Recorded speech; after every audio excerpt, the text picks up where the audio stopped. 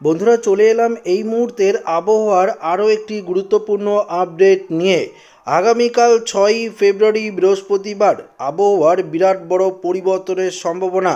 শীতের বিদায়ে এবার বৃষ্টিপাতের সম্ভাবনা রয়েছে বেশ কয়েকটি জেলায়। তাহলে ঠিক কোন কোন জেলাগুলিতে বৃষ্টিপাতের সম্ভাবনা রয়েছে এই মুহূর্তে পশ্চিমবঙ্গ, বাংলাদেশ, অসম, ত্রিপুরা থেকে শুরু করে কোথায় কেমন আবহাওয়া থাকতে চলেছে, আলিপুর আবহাওয়া দপ্তর কী জানিয়েছে, সমস্ত কিছু থাকবে আজকের এই ভিডিওটিতে। তো অবশ্যই ভিডিওটিতে আপনারা প্রত্যেকেই প্রথম থেকেই শেষ পর্যন্ত সঙ্গে থাকবেন।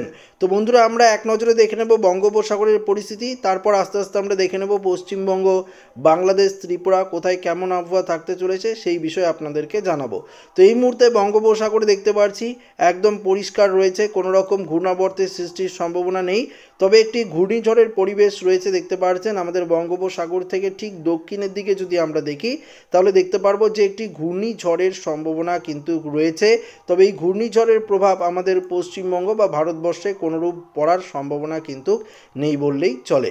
তো ঘূর্ণিঝড় নিয়ে কোনো রকম আলোচনা করব না, আমরা সরাসরি দেখে নেব পশ্চিমবঙ্গের উত্তরের দিকে যদি দেখি আমরা, বিশেষ করে দার্জিলিং দেখতে পাচ্ছেন, দার্জিলিং থেকে শুরু করে লাভা, কালিম্পং, কার্শিয়াং, ওদলাবাড়ি, শিলিগুড়ি, নকশালবাড়ি, জলপাইগুড়ি এই সাইডে মেঘলা আকাশ থাকার সম্ভাবনা এবং বৃষ্টিপাতের সম্ভাবনা রয়েছে।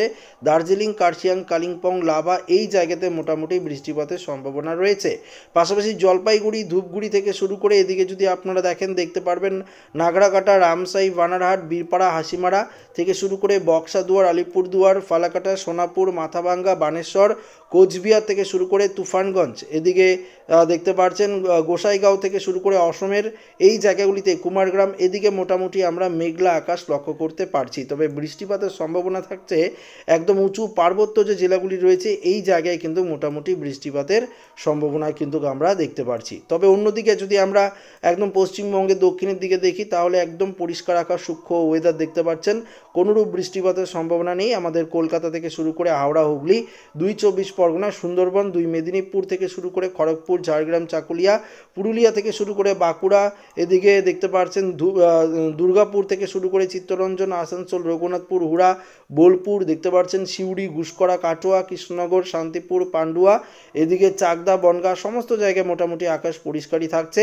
এক নজরে বাংলাদেশের দিকে যদি আমরা দেখি, বাংলাদেশের পূর্ব দিক অর্থাৎ সিলেটের দিকে কিছুটা মেঘলা আকাশ, তাছাড়া রংপুরের দিকে কিছুটা মেঘলা আকাশ, তাছাড়া কিন্তু আমরা এদিকে রাজশাহী, মেরপুর, ঢাকা, এদিকে দক্ষিণ দিকটায় আকাশ কিন্তু মোটামুটি পরিষ্কারই আমরা লক্ষ্য করতে পারছি। ত্রিপুরার দিকেও ম্যাক্সিমাম আকাশ পরিষ্কারই রয়েছে, শুধুমাত্র মেঘলা আকাশ রয়েছে এদিকে অসম, পাশাপাশি আমাদের উত্তরবঙ্গ এই সাইডে মোটামুটি মেঘলা আকাশ রয়েছে এবং কিছুটা হালকা পশলা বৃষ্টির সম্ভাবনা।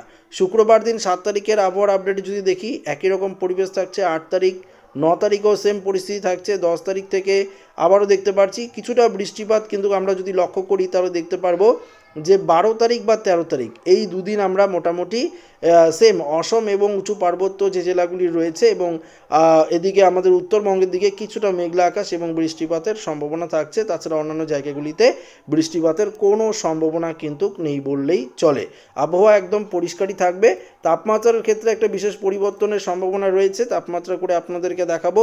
আমরা 6ই ফেব্রুয়ারি বৃহস্পতিবারে যদি তাপমাত্রার আপডেটে যাই তাহলে আপনারা দেখতে পারবেন কলকাতায় মোটামুটি যদি আপনারা দেখেন তাহলে লক্ষ্য করতে পারবেন কলকাতার দিকে তাপমাত্রা থাকবে সরাসরি দেখতে পাচ্ছি 30 ডিগ্রি, কলকাতার দিকে 30 ডিগ্রি, হাওড়া, হুগলি 29 ডিগ্রি, সুন্দরবনে 30, এদিকে যদি দেখি দীঘা, মন্দারমণি এদিকে 29, খড়গপুর, ঝাড়গ্রাম এদিকে 30 ডিগ্রি থাকবে, পুরুলিয়ায় 29, 30, বাঁকুড়ায় 30, দুর্গাপুর, চিত্তরঞ্জন, আসানসোল, রঘুনাথপুর এদিকে 30 ডিগ্রি, বর্ধমানে 30 ডিগ্রি, তবে নদিয়ার দিকে 29 ডিগ্রি থাকার সম্ভাবনা, মুর্শিদাবাদেও 27 থেকে 28, বীরভূমে 29 ডিগ্রি। তবে উত্তরের দিকে যত আমরা এগোবো তাপমাত্রা কিছুটা কমই পাবো, মালদায় প্রায় 24-25 ডিগ্রি থাকছে, ওদিকে 2 দিনাজপুর, কিষানগঞ্জ, করণদিঘি 24 ডিগ্রি, কোচবিহার, আলিপুরদুয়ার, জলপাইগুড়ি, ধূপগুড়ি এদিকে যেহেতু মেঘলা আকাশ তাপমাত্রা কম 24-25 ডিগ্রি, অসমের দিকেও 24 থেকে 25 ডিগ্রির ঘরেই তাপমাত্রা থাকছে।